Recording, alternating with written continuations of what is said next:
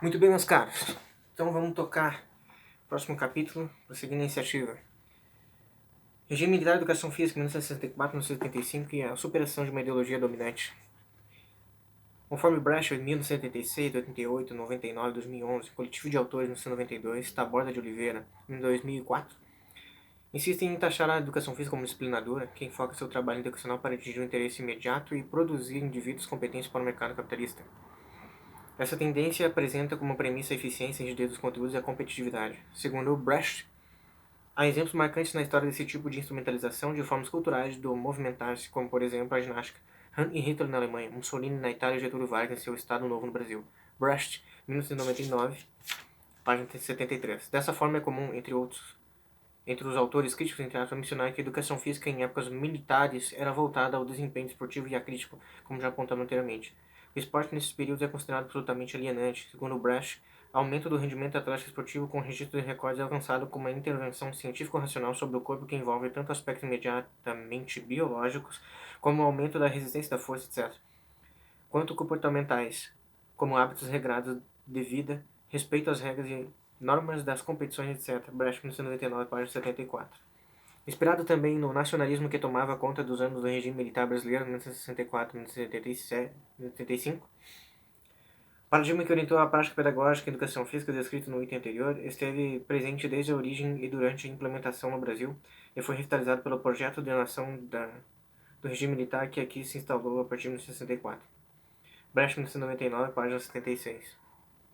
O desporto se constituía como ferramenta política, ora com características ufanistas, ora com particularidades positivistas. Magalhães, em 2005, entende o período a partir de um modelo desportivo que deixava de lado toda uma cultura corporal de movimento e privilegiava os exercícios utilitaristas, abandonando assim as características críticas e sociais do processo educacional. Esse tipo de ensino técnico não levaria em conta os aspectos políticos-sociais e seria apenas uma construção de saberes dominantes. Entretanto, uma possibilidade seria negar ou rejeitar a hegemonia desse modelo esportivo. Outra saída seria ensinar a multiplicidade das atividades corporais, negando sua técnica, objetividade e o seu componente biológico. Para Brecht 2011, o esporte no Brasil é polarizado por alto rendimento, espetáculo e esporte de lazer. Apesar de o autor reconhecer o domínio educacional, recusa-se a compreender tal probabilidade por considerar todo esporte educacional apenas como um ato de rendimento físico. Conforme essa problemática, é possível reconhecer um caráter pedagógico da educação física dos anos 1964 e 1985 e avançar nas interpretações a respeito desse período. E este seria melhor do que aqueles resultados encontrados entre os críticos a partir dos anos 1980? Como objetivo deste ensaio, pretende-se explorar inicialmente os artigos da Revista Brasileira de Educação Física e Desporto publicados pelo MEC. Nesses anos, a hipótese deste estudo é que o esporte educacional era intensamente sugerido e discutido pelos autores da corrente esportiva Manifesto Mundial de Educação Física, no 71, Soares, 73, Cagigal, 1974, Cagigal, 74, e Enviado Filhos, 1974. A crítica ideologizada dos anos 80 e 90 e a negação do esporte como propagador de virtude. Conforme Brecht, em 1988, sempre aponta o capitalismo como um inimigo da atuação do professor da educação física e atribui a ele o fator de reprodução social e de manutenção da desigualdade. Esse argumento é típico da esquerda brasileira. Para esses críticos, as regras atribuem um caráter domesticador no processo educacional em que a educação física é vista como ferramenta de imposições para a supremacia da submissão do sujeito em detrimento da sua autonomia. Nesse caso, a individualidade volta a fazer parte de suas críticas. Adiante, Brecht, em 1988, critica o desporto técnico por ser estereotipado e não educativo. Em específico, opõe-se Brecht, 1999, à educação física de caráter militar e médico, demonstrando ser contrário aos hábitos saudáveis, patrióticos e nacionalistas. Acredita que essas características estão intensamente ligadas ao contexto instrumental, citando novamente a utilização desse esporte por Hitler, Mussolini e Getúlio Vargas. Esta é uma característica da esquerda, reproduzir o máximo possível de uma informação contrária à história. Assim, uma afirmação falsa pode se tornar verdadeira pelo seu poder de alienação. Brecht, 1999, culpa a educação física e esportiva de incorporar características políticas e nacionalistas para representar o país internacionalmente. Adverte que somente as teorias críticas da educação, especificamente a histórico-crítica, a crítica superadora e a crítica emancipatória, seriam portadoras de resoluções educacionais, sobretudo ideológicas, já que as práticas esportivas tradicionais seriam descartadas. Sabendo muito bem que Brecht é um autor totalmente esquerdista, né? Este viés. Taborda de Oliveira, 2004, partindo dos já conhecidos argumentos de controle social e autoritarismo, ao estudar os textos da Revista Brasileira de Educação Física e Desporto publicados pelo MEC, designa-os como O que se vê no interior da revista é um debate em torno da desumanização da sociedade e das práticas culturais em geral. Página 13. Desumanização é, sem dúvida, um termo expresso a partir de uma análise parcial e duvidosa, pois observamos nos mesmos artigos analisados por Taborda de Oliveira de 2004. Basicamente o contrário. Os Militares de Educação Física, 1964 e 1975. A partir das descrições e orientações do Manifesto Mundial de Educação Física, 1971, desenvolvido pela FIEP, Federação Internacional de Educação Física, percebe-se grande preocupação em relação à educação física durante o regime militar. Nota-se inicialmente que existe um bem, entre aspas, e um mal, entre aspas, e que é preciso observar atentamente o que é importante para a educação física escolar. Evidentemente, situações do tipo faltas, agressões devem ser observadas como nocivas ao esporte educacional. Por isso, professores separados para ministrar aulas devem substituir o antigo e apenas treinador e instrutor. O lazer e a diversão também fazem parte do universo educacional e os valores humanos eram trabalhados de forma equilibrada, sugerido pelo manifesto. Fica evidente a preocupação pedagógica com a educação física escolar durante os anos 60, 70 e 80, Manifesto Mundial de Educação Física, 1971, e Soares, 1973. As preocupações existem também no sentido higiênico que busca efetivamente um desporto para todos e uma melhora da qualidade de vida. A saúde, como não poderia ser diferente, também é de interesse da educação física, aliás, desde os tempos da antiguidade. Sendo assim, as capacidades físicas são de extrema importância para o desenvolvimento das habilidades motoras. Neste meio, as percepções de tempo e espaço eram trabalhadas com o intuito de apurar os sentidos, bem como desenvolver amplamente nossa aptidão física. Outros pontos de extrema importância que aparecem ressaltados pelo Manifesto Mundial de Educação Física, 1961, são, sem dúvida, as qualidades de julgamento e autodomínio, resolução de problemas e de desenvolvimento da moral. Com certeza, as regras são de grande importância para o desenvolvimento. Não é possível que uma sociedade justa e equilibrada se desenvolva sem as características civilizatórias. Como meio para o desenvolvimento, o Manifesto Mundial de Educação Física 1971 apresenta a técnica, que pode ser ou podem ser entendidas como as técnicas são os instrumentos, entre aspas, infinitamente variados e em uma contínua evolução, a utilizar em função de claras intenções educativas de dados particulares, estados dos indivíduos em condições materiais, etc. Página 12.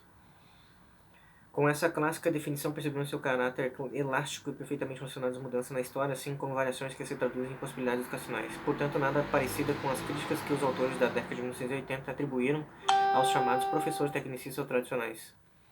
Nessa técnica, o caráter educativo é indispensável e nem por isso deixa de ser técnico. A história da humanidade é repleta de exemplos e não seria possível vivermos tão bem sem que essas técnicas nos auxiliassem a viver melhor, com saúde e qualidade de vida. O desporto, jogo de essência lúdica, é também técnico, porém visa uma formação dos componentes de satisfação e prazer. Esse tipo é menos excludente, pois, se levar em consideração o desporto de rendimento, a especialização pode levar a um afunilamento educacional. No entanto, essa preocupação é latente e não é levada em conta pelos críticos do esporte. Não se ensina aqui o vencer a qualquer preço, mas uma instrução adaptada às condições dos jovens estudantes.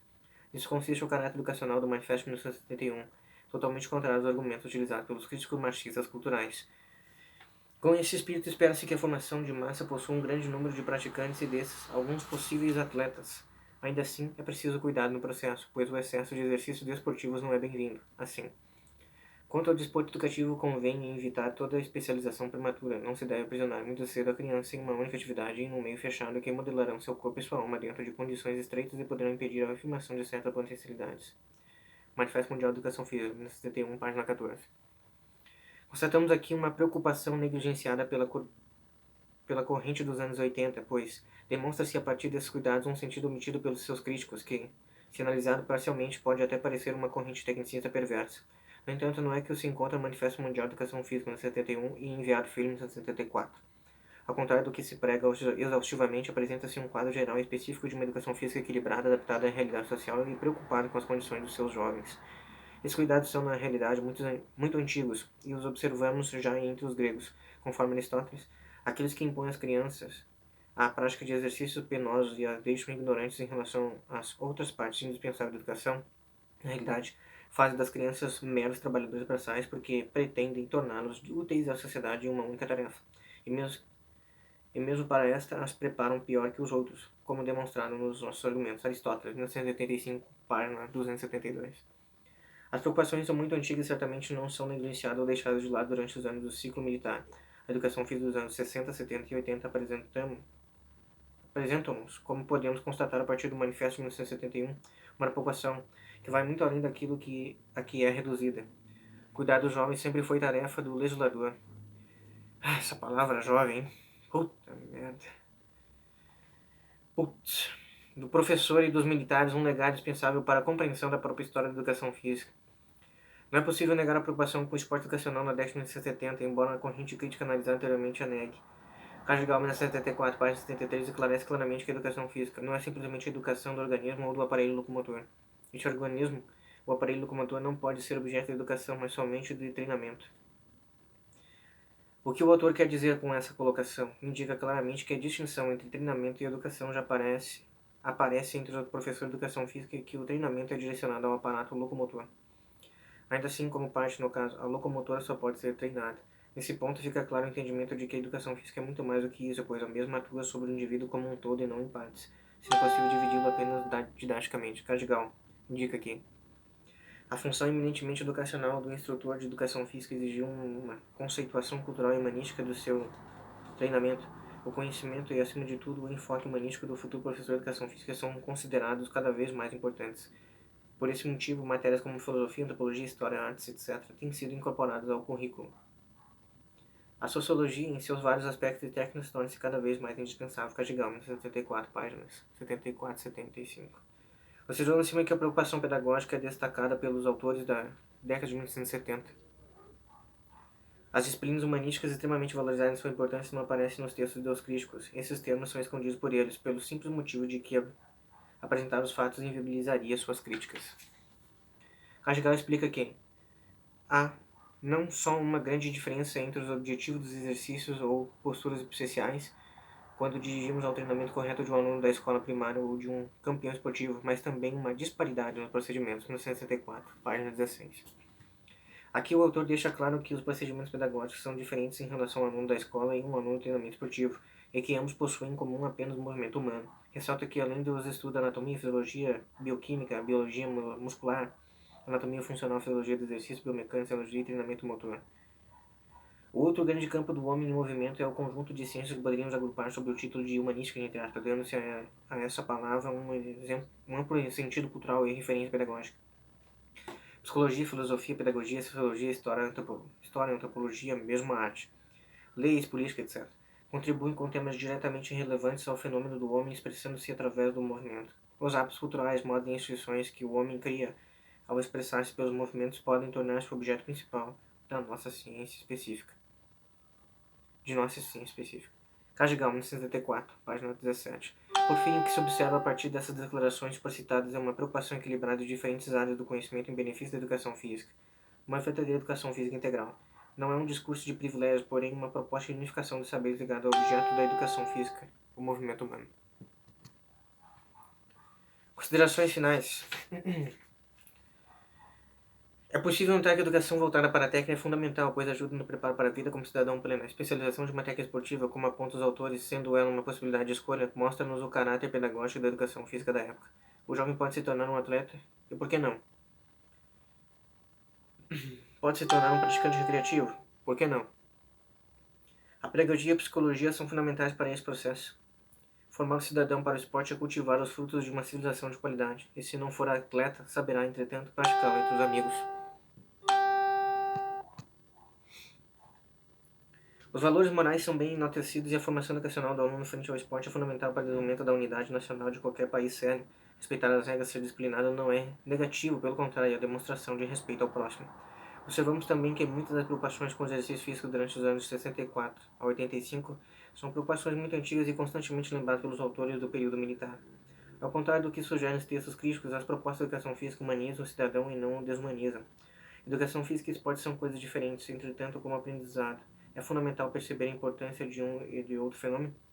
O educacional é com grande dependência do esporte, ou outro como fenômeno independente, mas extremamente importante para o desenvolvimento e aperfeiçoamento da condição de homem dentro da sociedade. Referências. Política de Aristóteles, 1975. Brecht, a criança que pratica esporte respeita as regras do jogo. Capitalista. Isso brasileiro de educação. Isso brasileiro de ciência do esporte, 1986. A educação física escolar como campo de vivência social, Revista Brasileira de Ciência do Esporte, 1988, Constituição das Teorias Pedagógicas de Educação Física, 1999, a Sociologia Crítica do Esporte, uma introdução, 2011, Cardigal, Sugestões para a Educação Física na década de 1970, Revista Brasileira de Educação Física e Desporto, 1974. Sugestões para educação física na década de 70. Revista Brasileira de Educação Física e Desportos. Coletivo de autores. Metodologia do ensino de educação física. 1992. Bom, e os já citados autores. Fechamos o capítulo aí. Então, é isso aí.